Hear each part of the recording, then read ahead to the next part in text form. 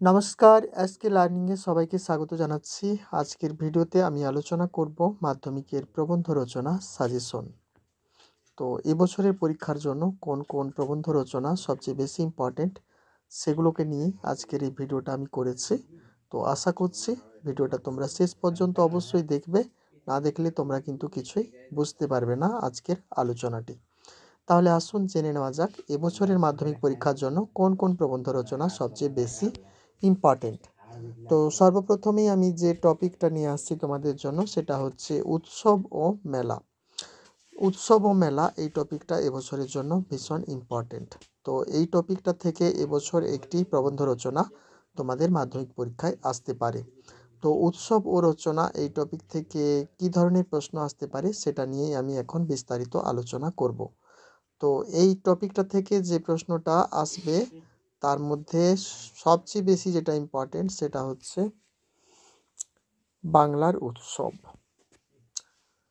বাংলার উৎসব এই প্রবন্ধ রচনাটা এবছরের জন্য ভীষণ ইম্পর্টেন্ট, তাই সকলেরই কিন্তু এই প্রশ্নটা পরীক্ষা দিতে যাওয়ার আগে একবার অবশ্যই দেখে যাওয়া উচিত। যদি এই প্রশ্নটা না আসে পরীক্ষায় তাহলে কি প্রশ্ন হতে পারে এখান থেকে, তাহলে আরেকটি প্রশ্ন তোমরা এখান থেকে বিকল্প হিসাবে দেখে নিতে পারো, সেটা হচ্ছে তোমার দেখা একটি মেলা। ঠিক আছে, যদি বাংলার উৎসব প্রবন্ধ রচনাটি তোমাদের পরীক্ষায় না আসে তাহলে তোমরা এর বিকল্প হিসাবে আরও একটি প্রবন্ধ রচনা দেখে নিতে পারো, সেটা হচ্ছে তোমার দেখা একটি মেলা। ঠিক আছে, এবারে আমি চলে আসছি আমাদের নেক্সট টপিকে। নেক্সট টপিক হচ্ছে আমার সায়েন্স বা বিজ্ঞান। সায়েন্স ও বিজ্ঞান টপিকটাও এবছরের জন্য ইম্পর্টেন্ট একটা টপিক। তো এই টপিক থেকে কি কি প্রবন্ধ রচনা আসতে পারে সেটা নিয়ে আমি বিস্তারিত আলোচনা করছি। তো সায়েন্স বা বিজ্ঞান থেকে যে প্রশ্নটা এবছর সবচেয়ে বেশি ইম্পর্টেন্ট বা পরীক্ষায় আসার সম্ভাবনা বেশি যে প্রশ্নটা, সেটা হচ্ছে দৈনন্দিন জীবনে বিজ্ঞান। ঠিক আছে, যদি প্রশ্নটা না আসে বা ঘুরিয়ে দেয় তাহলে কীরকম হতে পারে সেটাও আমি বলছি। দৈনন্দিন জীবনে বিজ্ঞান এই রচনাটা যদি ঘুরিয়ে আসে তাহলে হতে পারে প্রাত্যহিক জীবনে বিজ্ঞান ও প্রযুক্তি। এটাও কিন্তু ইম্পর্টেন্ট বা এরকমভাবেও কিন্তু প্রশ্নটা ঘুরিয়ে আসতে পারে।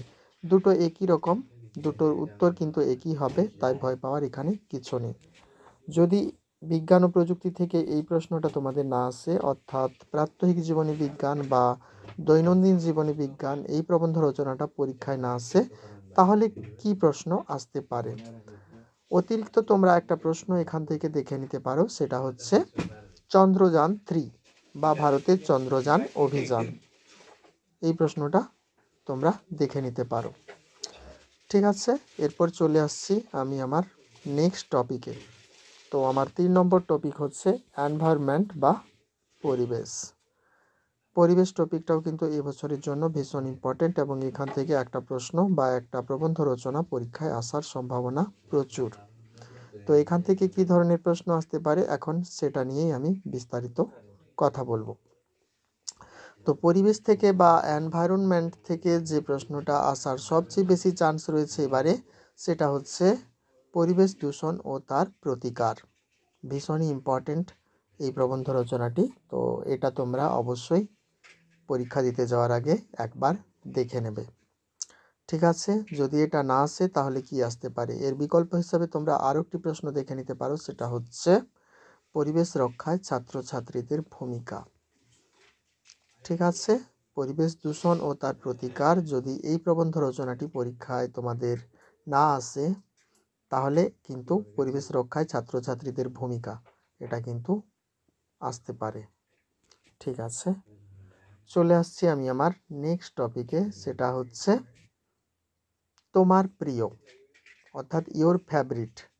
এই টপিকটা আমি বেছে নিয়েছি, এই টপিকটা থেকেও একটা প্রশ্ন আসতে পারে এবং এটাই হচ্ছে আমার আজকের ভিডিওর শেষ টপিক।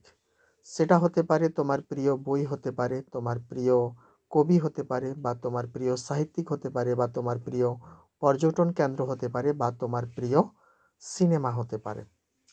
তো এবছরের জন্য এই তোমার প্রিয় টপিক থেকে যে প্রশ্নটা আসার সবচেয়ে বেশি চান্স রয়েছে বা সম্ভাবনা রয়েছে সেটা হচ্ছে তোমার প্রিয় কবি বা তোমার প্রিয় সাহিত্যিক।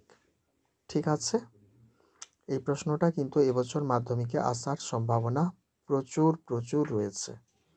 তো পরীক্ষা দিতে যাওয়ার আগে তোমরা এই 4টি টপিক যেগুলো আমি আজকে আমার এই ভিডিওতে আলোচনা করলাম সেগুলো অবশ্যই একবার দেখে নেবে।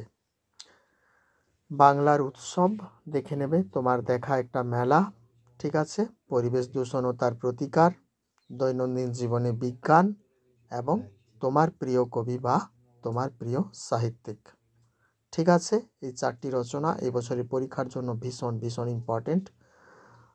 তো আশা করছি আজকের এই ভিডিওটি তোমাদের ভালো লাগবে, বা যদি রচনাগুলো বা আমার সাজেশানটা তোমাদের পছন্দ হয় অবশ্যই তোমরা ভিডিওটিকে লাইক করবে, শেয়ার করবে এবং কমেন্ট করে তোমাদের মতামত আমাকে জানিয়ে দেবে। আজকের মতো এই পর্যন্তই, কথা বলবো পরের ভিডিওতে। ততক্ষণ পর্যন্ত সকলেই ভালো থাকবেন। ধন্যবাদ, নমস্কার।